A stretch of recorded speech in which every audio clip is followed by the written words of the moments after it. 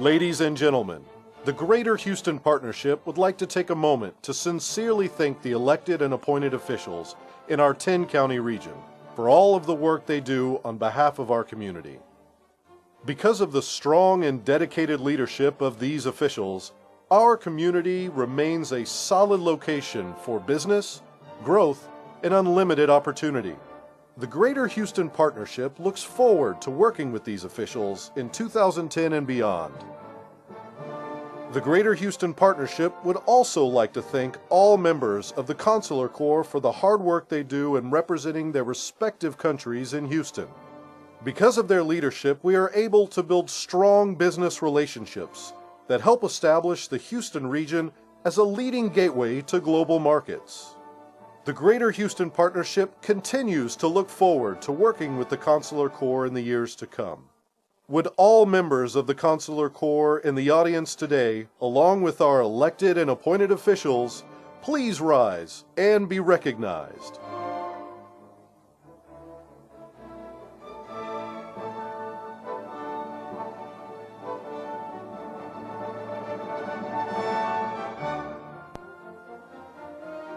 Ladies and gentlemen, please welcome Executive Vice President and COO of the Greater Houston Partnership, Tracy McDaniel.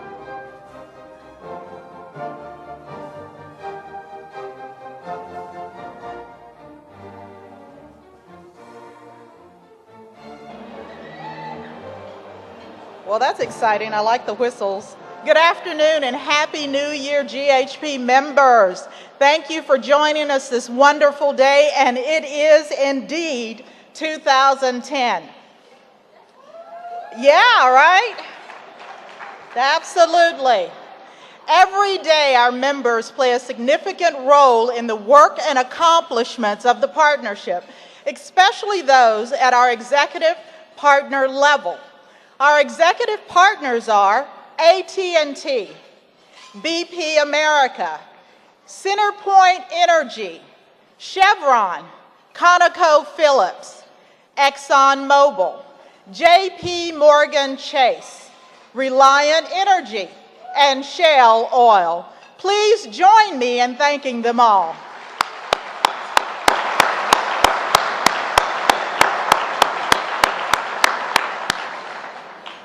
Each year, the partnership brings you insightful, powerful events with some of the best and brightest thought leaders in the world.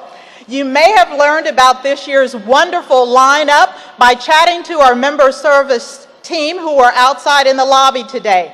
Now, if you did not do that, you have an opportunity to learn about this wonderful lineup at our website, and that is houston.org. Well, none of these events would be possible without you, our members, and today's annual meeting is no exception. Our sponsors today are, at the platinum level, BBVA Compass. At the gold level, Bank of America Merrill Lynch, and Waste Management.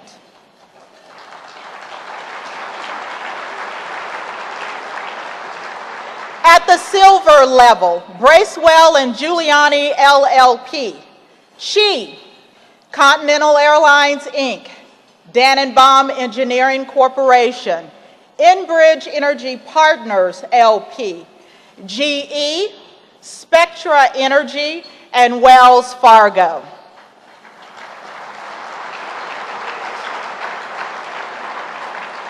And at the bronze level, Amegy Bank of Texas, Andrews Kurth LLP, Blue Lance Inc., Calpine Corporation, Cisco Systems Inc., Community Health Choice Inc., El Paso Corporation, Encore Bank, Ernst & Young LLP, Gensler, Grubb & Ellis, Harris County Hospital District Foundation, Haynes & Boone LLP, Jones Lang LaSalle Americas Inc., KBR, Kroger Company, Locke Lord Bissell and Liddell LLP, Marathon Oil Corporation, Memorial Hermann Healthcare System, Misher Investments, LP, Schlumberger Limited, Silver Eagle Distributors, LP, Texas Medical Center, Trustmark Bank, and the University of Houston. I'd also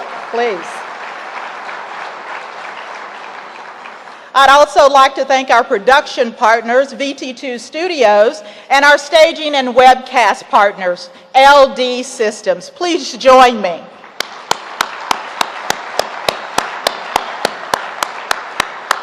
Now I have one housekeeping item. At your seats, you will find an evaluation form for today's event.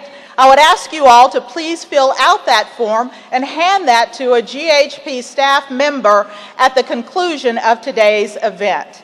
At this time, please welcome me in joining back to the stage our CEO, Jeff Mosley.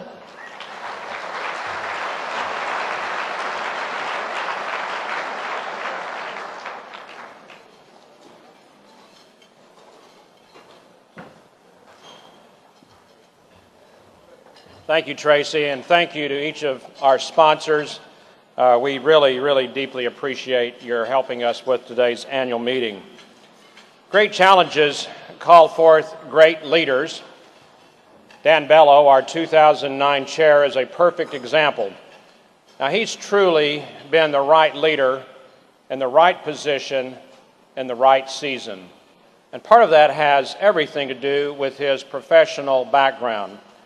Dan Bello is president of Jones Lang LaSalle Houston, and in this role as president, Dan advises some of the area's largest companies on issues ranging from workplace strategies to corporate relocations. A year ago, we were looking out over the business horizon, and I think we could all agree it was anything but bright. In fact, conventional wisdom argued that 2009 was really going to be a time to bunker down.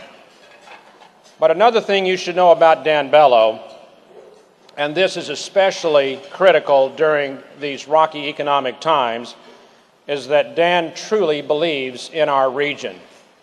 And that's important because the first requirement of success is to believe that you can succeed no matter what. And may I tell you that without hesitation, Dan Bello's belief in our region never wavered. Dan understood that the enemy of conventional wisdom is the march of progress. And under Dan's leadership, that march, our regional march towards our strategic goals, absolutely continued. Dan's leadership style includes straight talk, high energy, long hours. His secret weapon is his best friend and his wife, Beth. And Beth, thank you on behalf of the partnership for loaning us Dan for these last 12 months. We thank you for that.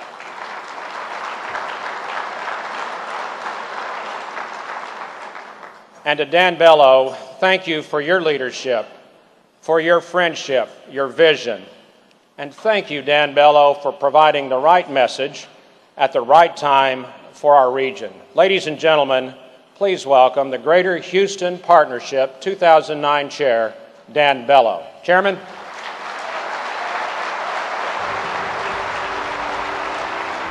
you, Jeff. Thank you a lot. Appreciate it, buddy. Appreciate it. Thank you very much, Jeff, for that kind introduction. I'm not sure I recognize the man you described, but I appreciate every word of it. And Nikki, you keep a copy of that. Let me also welcome each of you to the Partnership's 2010 meeting. It's a pleasure to have you with us today. Before I give my remarks, we've got one important business item to take care of, and that's the election of new board members. I would ask those board members, those members who are the 2010 slate of board nominees, to please stand and be recognized. So if you're on the slate of nominees, please stand at this time.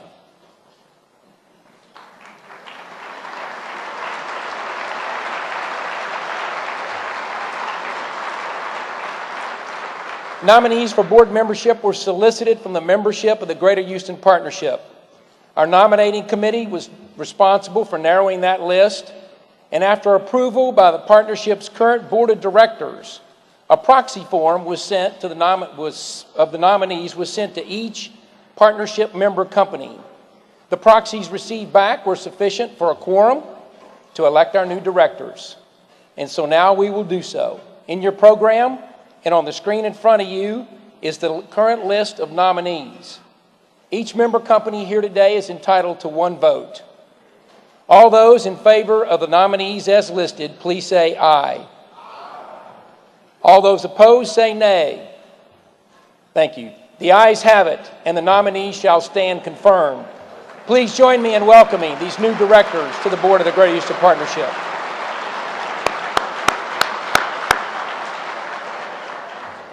Back in 1993, President George H.W. Bush was elected to serve as our first honorary board member of the Greater Houston Partnership. Last year, we bestowed this same honor upon three champions of this region: Secretary James A. Baker III, Secretary Robert Mosbacher Sr., and the Honorable Mark W. White Jr., the 43rd Governor of the state of Texas. Today, two additional luminaries of this region will join their ranks: the Honorable William P. Hobby, former University of Houston System Chancellor and Texas Lieutenant Governor, and Charles Miller, Chairman of Meridian National Incorporated and a former Chairman of the Greater Houston Partnership. Lieutenant Governor Hobby has truly left his mark on the landscape of our region in business, education, and public policy. In addition to serving as Lieutenant Governor for the state of Texas, he also served the University of Houston system as its chancellor, and additionally on its board of directors and on the board of Rice University.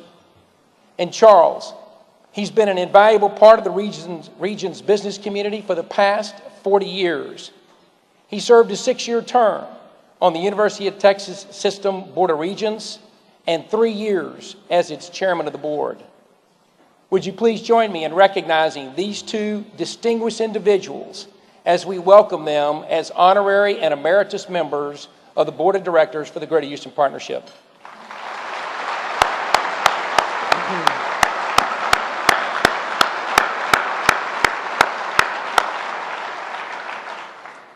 When I assumed this position last January, the future was anything but certain. We didn't know where the economy was headed, if it had bottomed out, or if the worst was yet to come.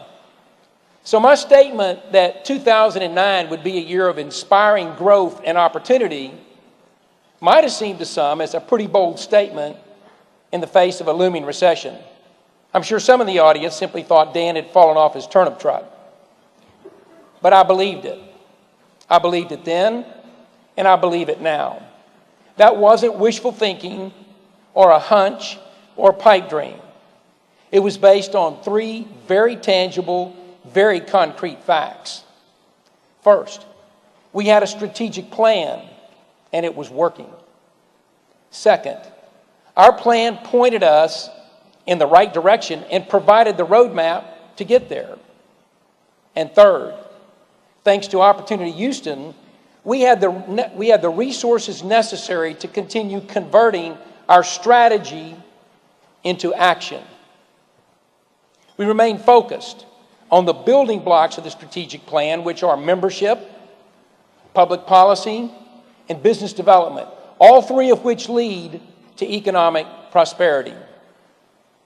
From the business development perspective, 2009 was a year that reinforced Houston's standing as a preferred business location.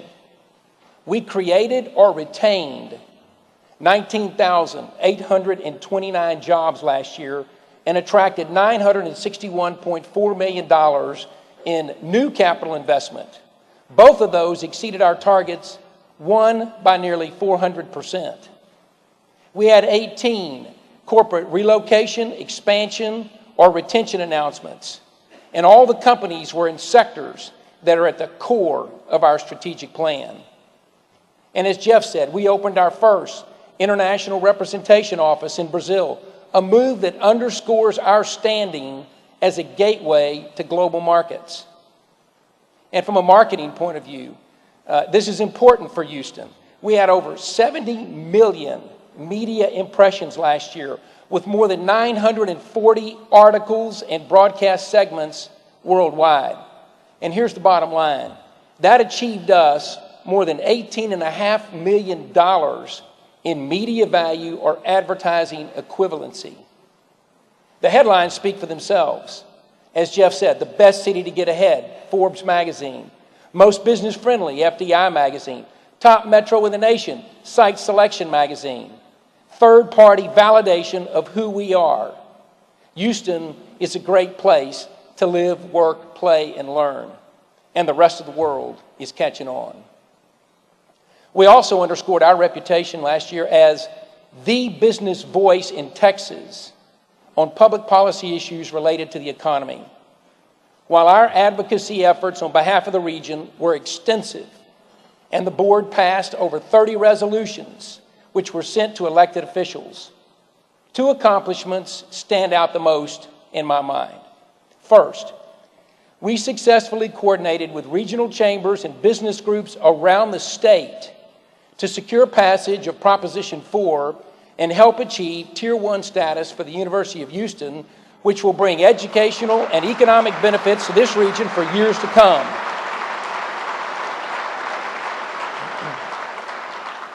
And second, we played an active role in helping to recruit Dr. Terry Greer as HISD superintendent, an effort that will improve our schools, our students, and our public school system. And while we were helping the Houston region grow, Houston businesses were stepping up in record numbers to help the partnership grow. This year, we added 405 new members, and that's an all-time record high.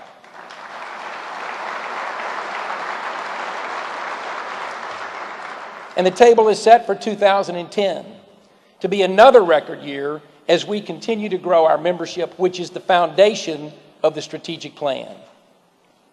I concluded my remarks last year with what amounted to a challenge. I said, 2009, bring it on. And when you consider the accomplishments and achievements that I've discussed with you today, one thing is clear. We brought it. After all, we've been bringing it for 21 years. The partnership and Opportunity Houston are financially sound. We are viewed as the best and most effective economic development organization in the country. We have the hardest, we deserve credit for that.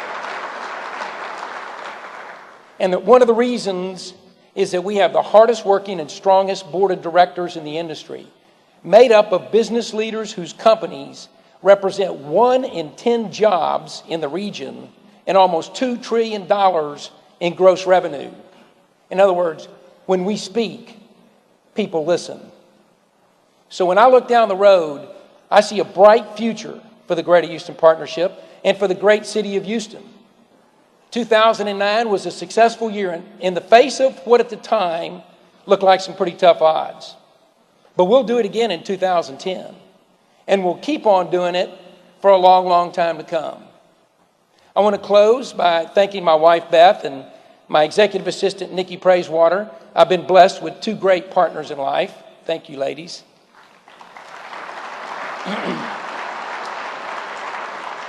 Also want to thank Jeff Mosley, Tracy McDaniel, and the entire staff at the partnership.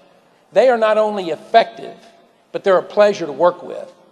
And to my fellow board members, thank you for all your hard work, encouragement, and support during the past year. And to you, the members, thank you for the thousands upon thousands of volunteer hours that you gave to the partnership. You've inspired us to achieve great things in tough times because Houstonians are always willing to put their shoulders to the wheel. That is our legacy of leadership. It's been a privilege and an honor to serve as your chairman. Thank you.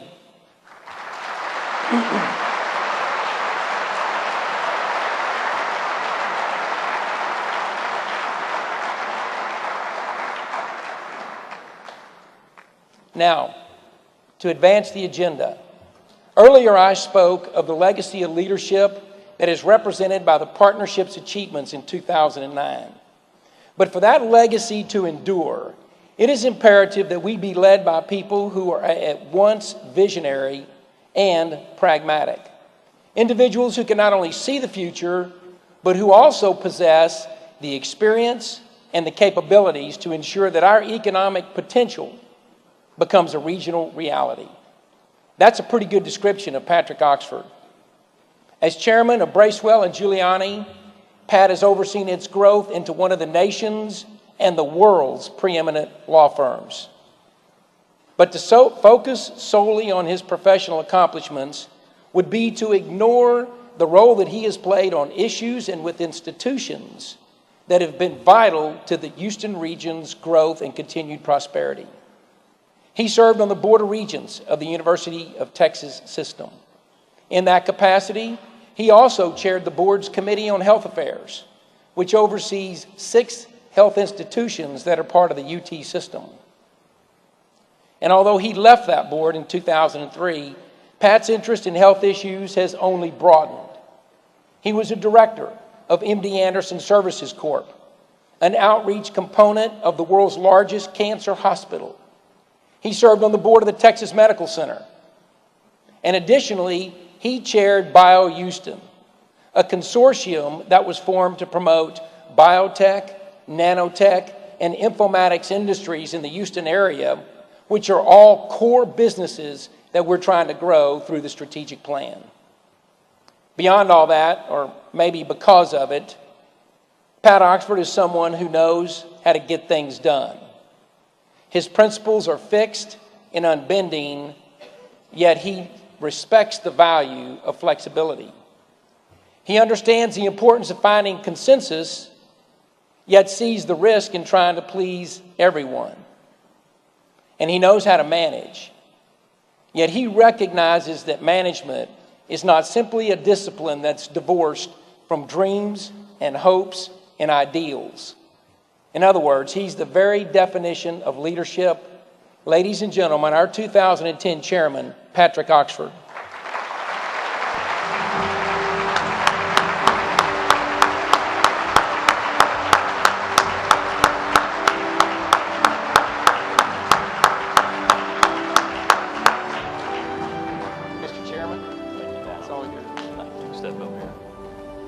Thank you, Dan, for those nice comments, and congratulations on your service as leader of the partnership. Now, to celebrate your success, here we go. We have a leadership gavel, chairman's gavel, and we're also going... I'm coming home, honey. I may need to borrow it. And we have the Bob Onstead Leadership Award, which is described in the brochure. It's the award, as you know, Dan, given to those leaders who have made a strategic difference in the partnership's growth over the last 20 years. And Bubba, you deserve it, truly. Thank you. Thank you very much. Come over here. Let me put you.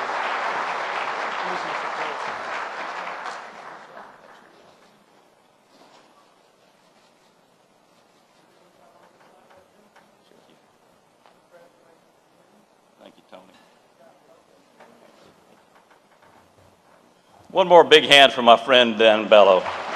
Great work, Dan. Big shoes to fill. And thanks to my great friend Monsignor Rossi. Frank, you've set just the right tone for my comments. Thank you so much. And a special thanks to my wonderful wife, Katie, whose love and support helps me know that all things are possible. Stand up, Katie Bell.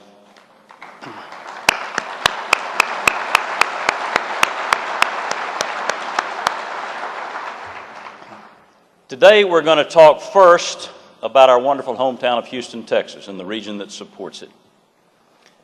We're going to focus on what Houston is now and how it is now as a community. Next, we're going to focus a bit together on what our predecessors did to help make it so. And finally, we're going to focus on together what we can do to make our community even better as we face the many challenges and opportunities that the 21st century offers. Let's talk a bit about Houston. Houston is now a colossus. We are the most important economic engine of one of the most important states in our great nation, perhaps the most important state. We will soon be the nation's third largest city. And although we're known as, and correctly known as, the energy capital of the world, we know that one of our great assets here is our rich and wide diversity. We come from over 85 countries. Over 150 languages are spoken here in Harris County.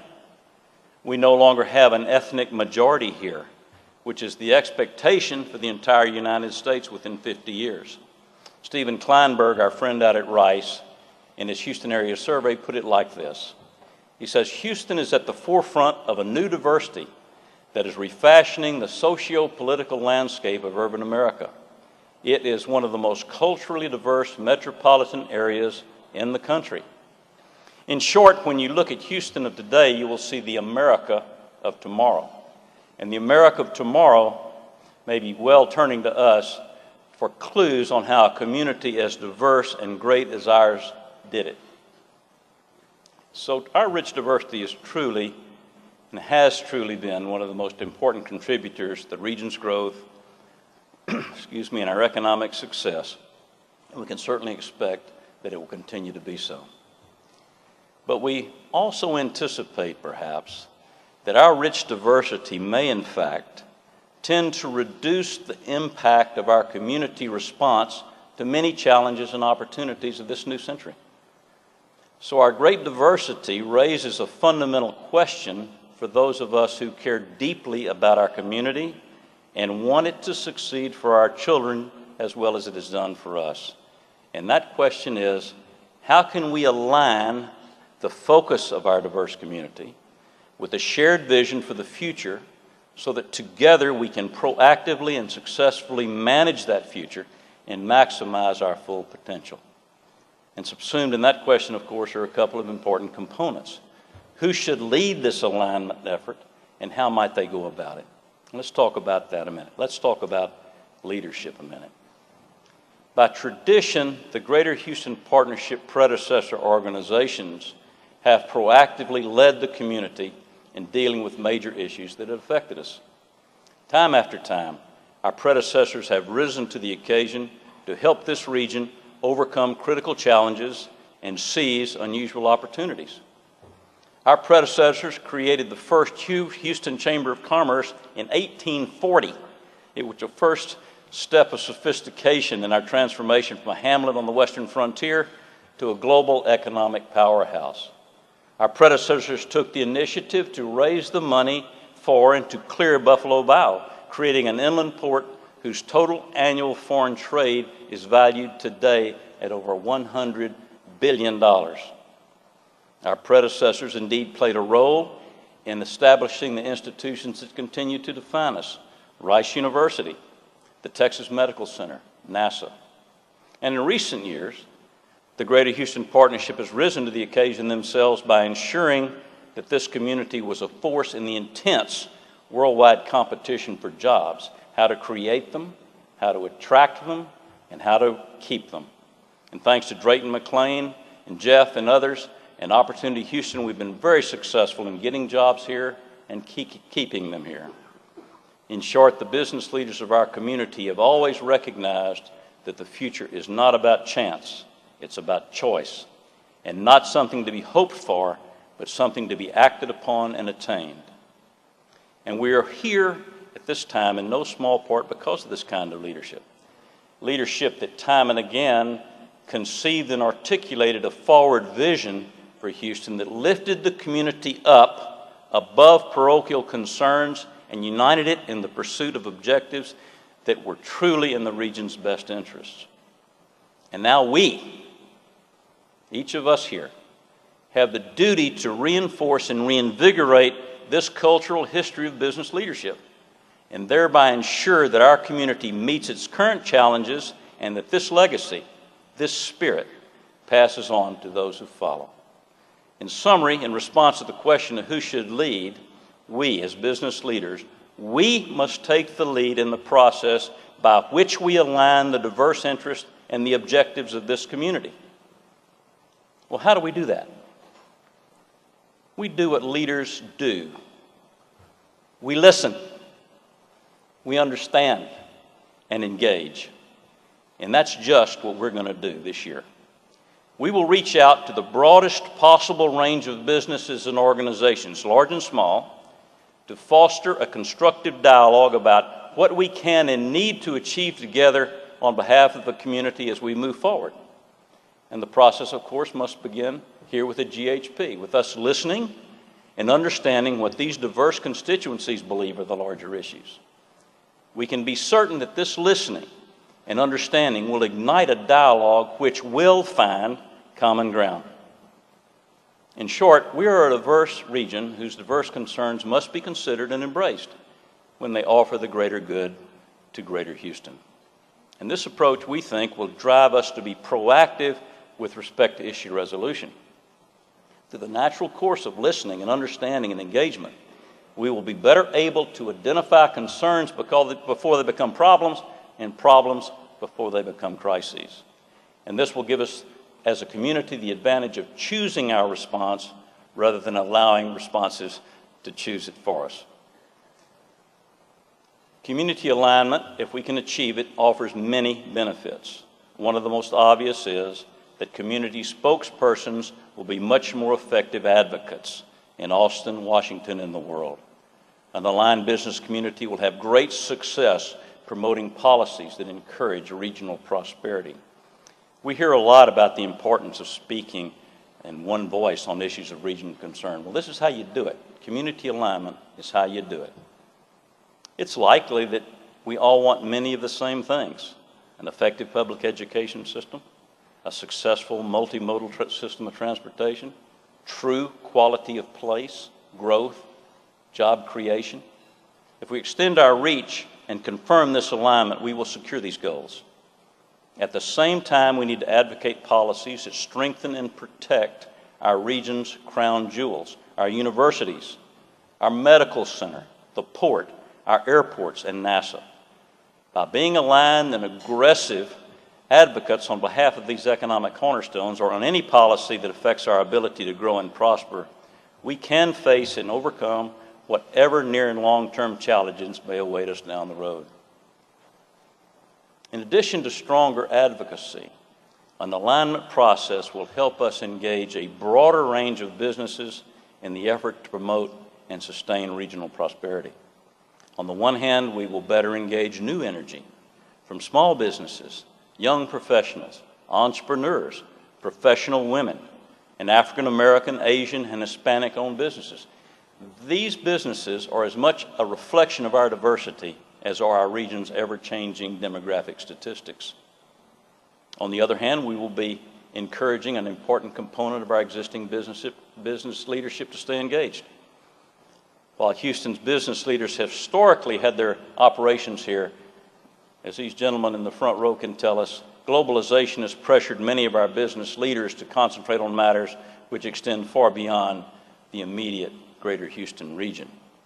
And while these leaders continue to faithfully support our region and the GHP financially, we will encourage them to remain personally engaged as much as possible.